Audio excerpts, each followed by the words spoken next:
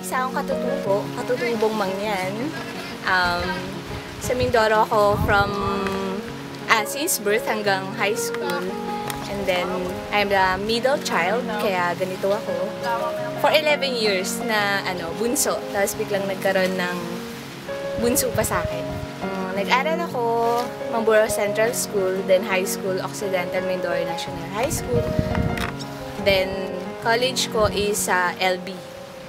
UPLB. Sorry, kasi LB lang talaga yung tawag sa amin eh.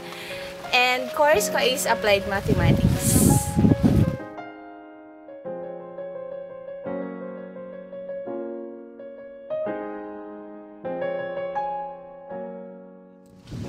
Bumalik kami ng Mindoro galing Palawan.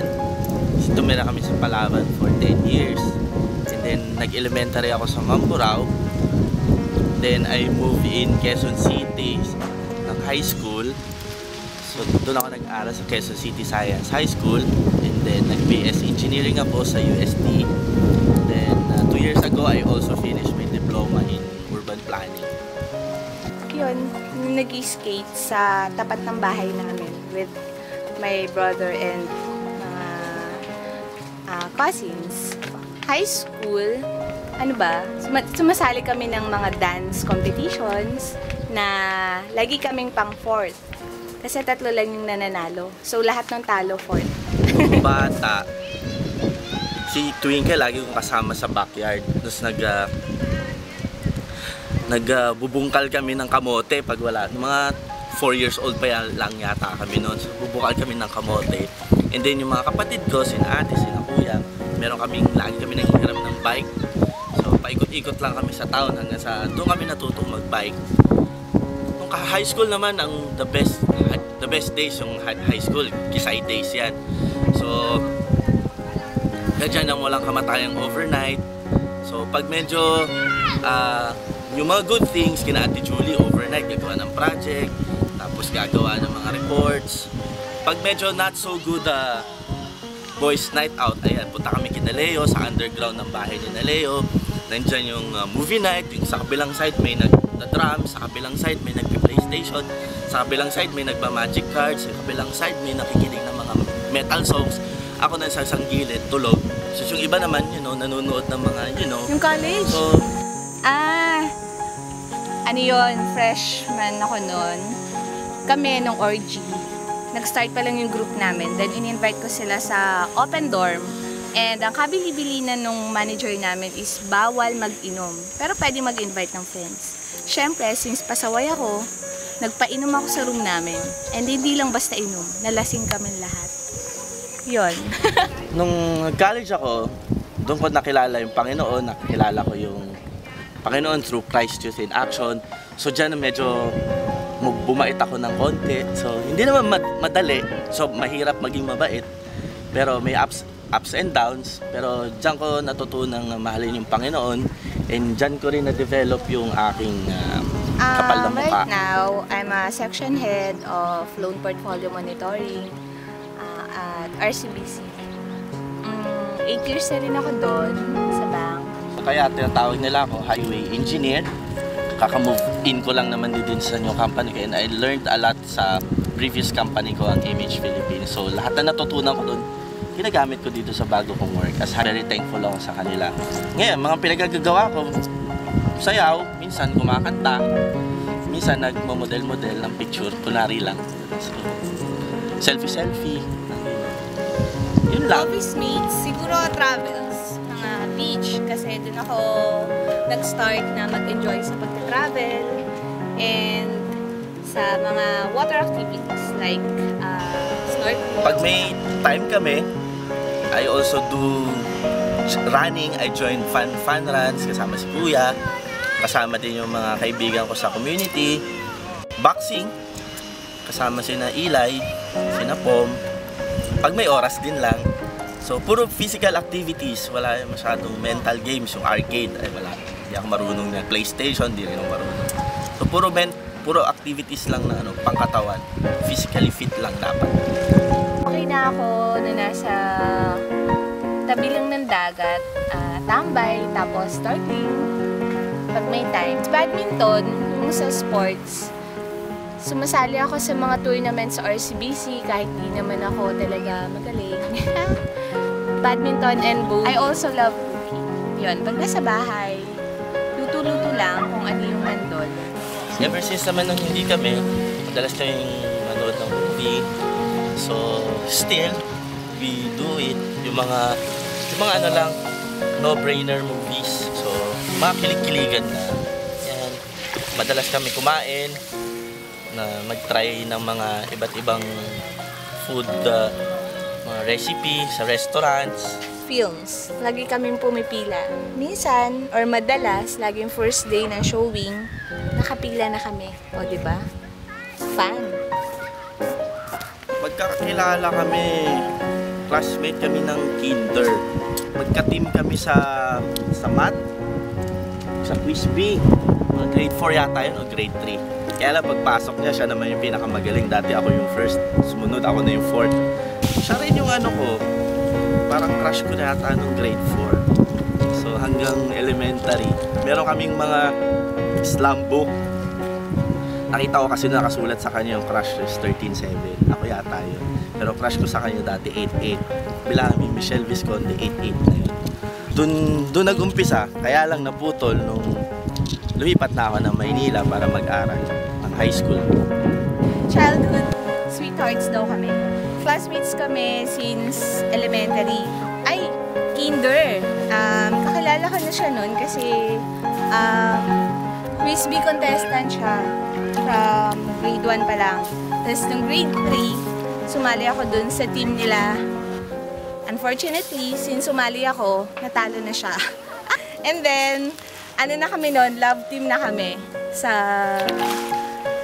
nung LM pa lang. Sinutokso na kami. Siyempre, uso yung autograph noon. So, kapag magsusulat ako, ilalagay ko yung sa autograph, 13.7, yun yung number ng College, decision ko kasi na hindi mag-relationship. May mga ilan din naman ako na dates, pero yung iba hindi nag-workout.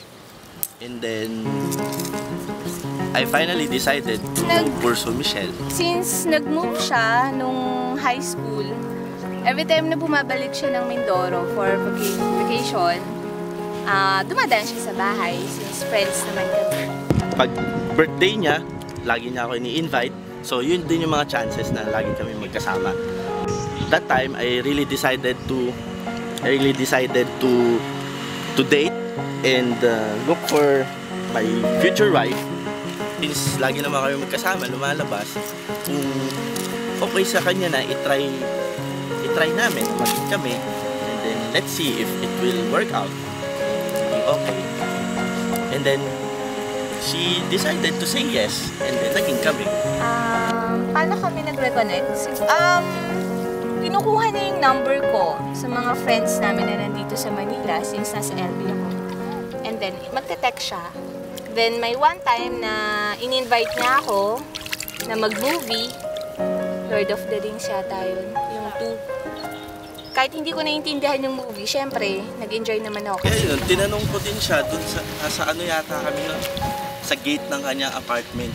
So, tinanong ko sa kanya and sabi nga niya, di ba ay 15 yata yun. Kaya lang ang payday ko nun dati, 19. Kaya sabi, sige sa 19 na lang. Ito, joke lang naman. So, we became together April 15, 2020. Ayun, paano ba siya nag-start manligaw? Ayun, siguro yung sa movies, yung pa-invite kami, kakain. And yun, hanggang siya napadalas ng padalas. After kong ikwento lahat, tapos sinabi ko nga na single ako for ilang years. Then bigla niyang pinasok na, si Alfred, pwede mo bang maging boyfriend?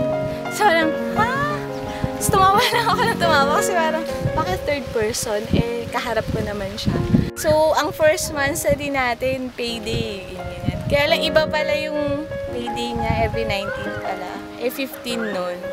Sabi ko, pwede ba i-postpone, i-delay ng ilang days para sakto? Yun, pero yun. So yun, April 15 nung naging kami sa gate namin. Evident sa kanya na nagustuhan ko talaga yung pagiging independent. Kasi siya yung tipo ng tao na hindi maarte. Tapos pag may kailangang desisyonan, marunong siya mag-decide for herself. Pangalawa, masarap siya magluto. Pangatlo, I like about him. First is God-fearing and he believes in God. Na he's not afraid to show his beliefs and he's not afraid to parang may kwento dun sa mga ginagawa niya sa ligaya and sa lingkod dati sa puso. yung pangatlo, maasikaso siya, marunong sa bahay. Sabi ko, marunong masarap magluto, marunong maghugas, marunong mamalansya. So, wala na akong iisipin pag may pamilya na ako. Determined. And last, loving. Siyempre, sa pagiging thoughtful, sweet, doon niya pinapakita. And sobrang maalaga siya, yung hindi ka niya papabayaan. Tapos siyempre, gwapo naman, diba? Ganun yung reaction eh. Gwapo and magaling kumanta. Nag-propose ako para siyang what we did after we had lunch. Sabi ko, inaya ko, sige mag-antay dessert. Hindi niya naman alam na nandun yung mga friends ko na dancers. Tapos nandun din yung ibang family member ko. And then, na may nakaprepare. So after nag-order siya, ayun na, nag-start na yung sayaw. So, parang it's a flash mob. I decided to sing. Kaya lang, pagkanta ko sablay talaga. Nakalimutan ko yung lyrics, pumipiyok ako, tapos naiyak na ako. And then, pagkatapos nun, pagkatapos ng kanta ko, buti yung important na chorus, hindi ko nakalimutan. And then, yung aking speech, after my speech, nag-yes naman siya. So, after that, we're engaged. Alam naman nila lahat na asyomera ako. Alam ko na malapit na siya. And feeling ko that day talaga. After that, nag-coffee kami. Wala na. Hindi ko na inisip na magpo-propose siya that day. And then biglang, charan! Nagkaroon ng flash mob and everything.